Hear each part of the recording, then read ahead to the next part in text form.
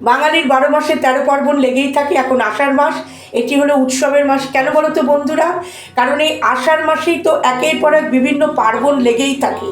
হ্যাঁ বন্ধুরা, বিভিন্ন পার্বণ। জয় জগন্নাথ বলে প্রথমেই শুরু হয় জগন্নাথ দেবের স্নান যাত্রা, তারপর রথযাত্রা। মা সিদ্ধেশ্বরীকে দর্শন করো।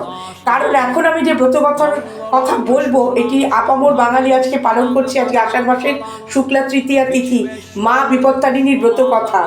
হ্যাঁ বন্ধুরা, বিদর্ভ দেশে এক রাজা ছিলেন, তার রানী ছিলেন খুবই ধার্মিক। তার এক সই ছিল মুচিনি, তিনি তাকে প্রতিদিন বিভিন্ন ফল ইত্যাদি দান করতেন। একদিন মুচিনি বলল, সই আমি তোমাকে কি দেব? তখন রানী বলেছিলেন যে মুচিনি যে জিনিস রান্না করে খায়, গোমাংস, তা একবার নিয়ে আসতে, তিনি চোখের দেখা দেখবেন। সেই মতন মুচিনি খুব যত্ন সহকারে গোমাংস রান্না করে রানীর কাছে নিয়ে গিয়েছিল।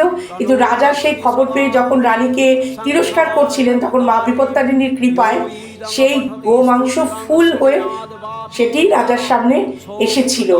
এই পুজোর ব্রতকথাতে 13 ফুল, 13 ফল, 13 মিষ্টি, ডোর, 13 গিঠের দৌড়, 13টা দুর্বা ইত্যাদি হচ্ছে উপকরণ। রথযাত্রার মধ্যেই এই ব্রত হয় 2 দিন।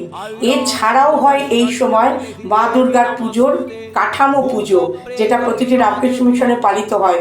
তো বন্ধুরা, আজকের মতো টাটা।